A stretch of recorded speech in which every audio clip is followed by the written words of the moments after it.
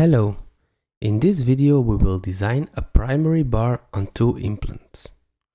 We will design an offset substructure on this bar in another session. To start, we need to define the bar in the DentalDB.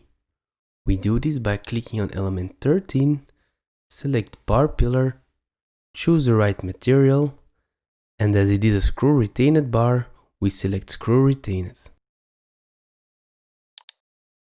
We did this for element 13 and 23. To define the bar segment, click on element 12, select bar segment, choose the right material, and press OK.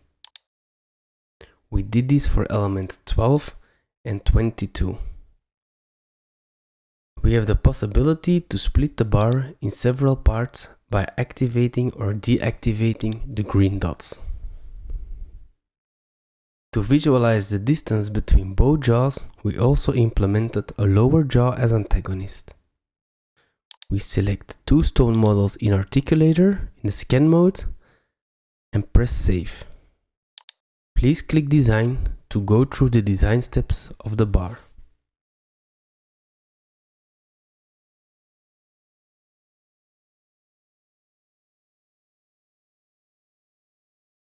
The first step is a virtual articulator. In this case, there's no need to use the virtual articulator, so please click Next to go to the next design step. In this step, we need to define the position of the implant. We do this by selecting the right implant library and type in the drop-down menus. After selecting the right type, please click on the corresponding areas on the scan body on the model. After that, please click the best fit matching button. We also have to do this for the implant under tooth 23. Please note, if you click the best fit matching button in combination with the control key, you can see the alignment between both. By activating the favorites button, you can add implants in your favorite list. Please click Next to go to the next design step. In this step, we have to define the emergence profile of our restoration. For a bar, there is no need to define an emergence profile, so please click Next for element 13 and 23 to skip this step. The next step is a tooth placement step. In this step, we can move the tooth, but we can also rotate or scale them. We can also use the chain mode function by clicking on the chain mode function tab. I recommend you not to be too critical with the tooth placement. The tooth placement will just influence the proposal roughly, and furthermore in the denture design steps later, we have to repeat this placement. In this step, we have the possibility to generate the abutment bottoms. We can make them concave or convex. We also have the possibility to change the height and the radius of the profile borders by clicking on the Advanced tab.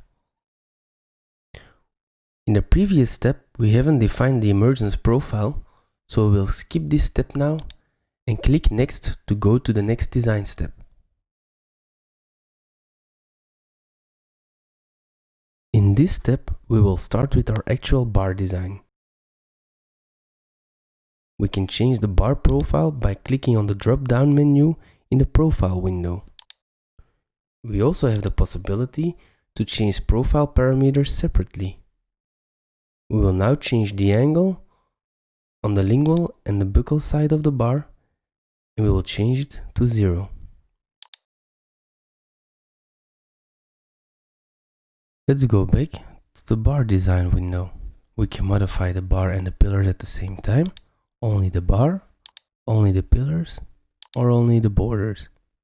We also have the possibility to have a preview result.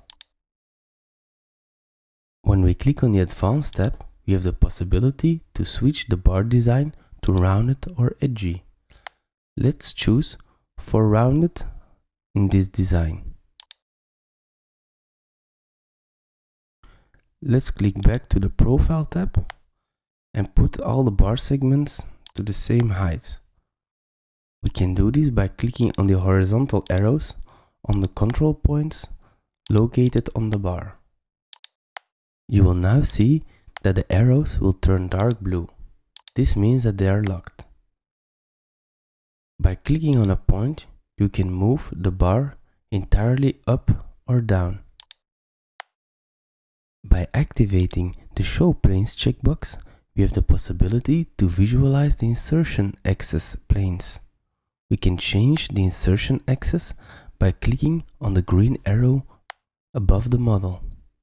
You'll now see that the plane will change from position.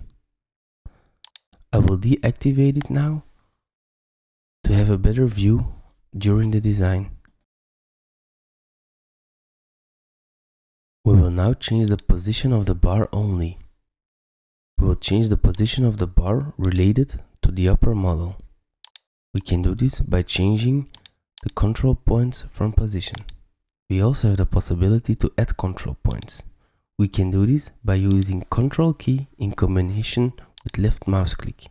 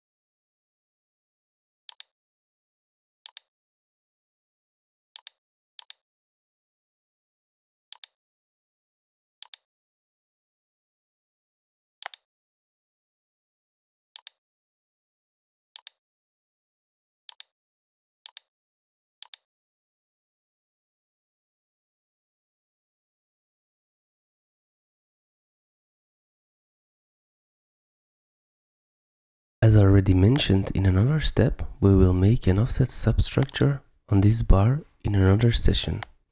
Therefore, let's pull the bar down to the gingiva.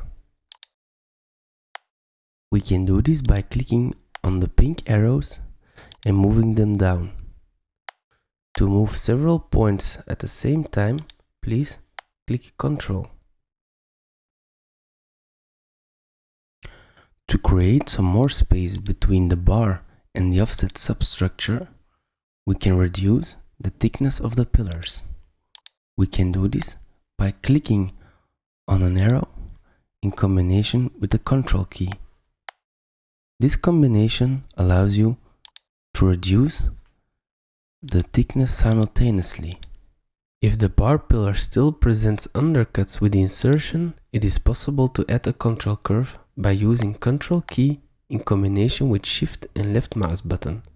The area above the curve will then follow the insertion direction. I'm not doing this here in this session, as I try to keep the pillars as thin as possible, and I will cover them later completely with the bar design. Thanks to the freedom of our software, we also have the possibility to change the thickness of the bar. Let's now change the thickness of the bar to make the transition between the pillars and the bar a little bit smoother. We can do this by clicking on the gray arrows on the bar.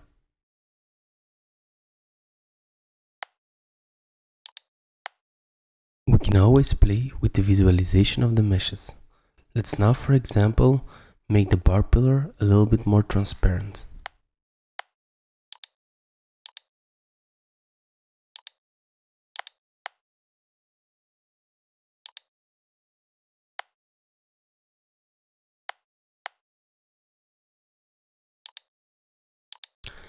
Please note that we can modify the bar and modify the control points on the bar at all time during the design.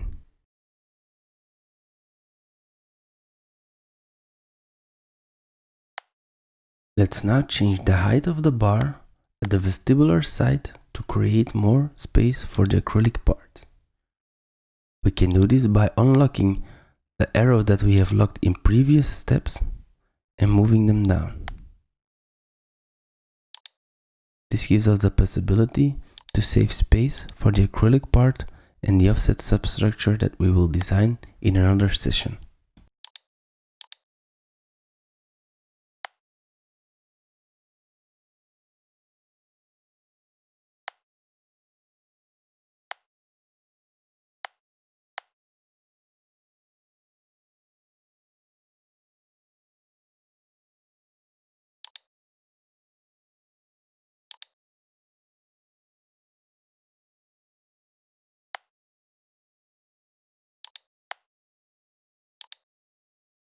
Let's now move the pillars a little bit more down.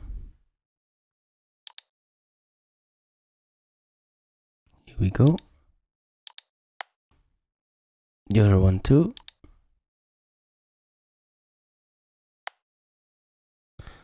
And let's see the preview result by clicking on the preview result button.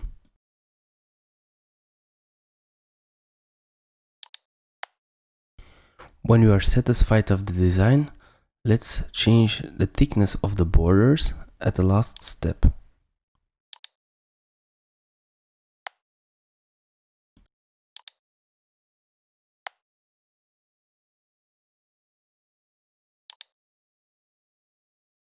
Those safety areas will cut out the regions of the bar to keep the area around the implants clean. Let's now add 2 attachments on the extensions of the bar. We can start with adding the attachment by clicking on the attachment tab in the bar design window. After selecting the right attachment in the library, you can add the attachment on the bar by clicking on the surface of the bar.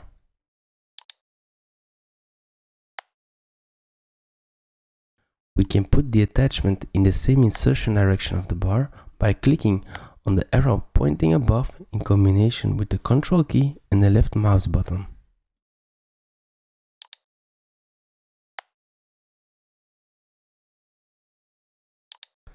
Let's do the same for the other side.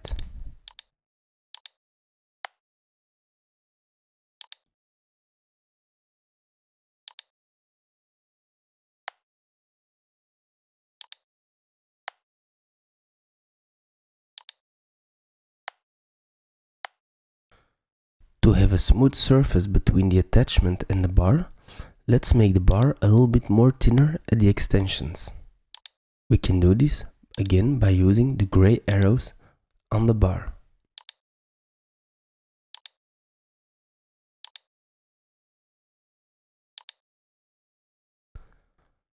Let's do the same for the gingiva to have a more elegant design.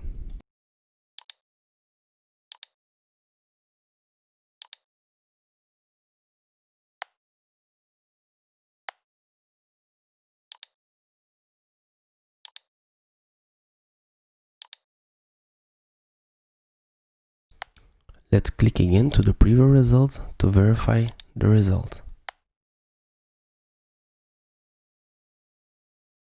When you are satisfied, please click Next. You will now see that the software will warn us because the attachment is intersecting the model.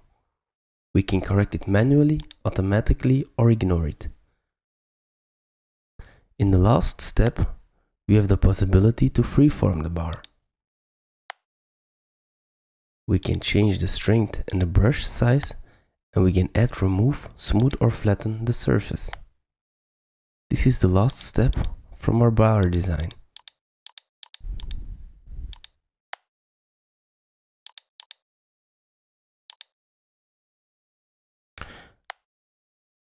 Click Next if you are satisfied of the design. We are now done with the bar design. Thank you for your attention.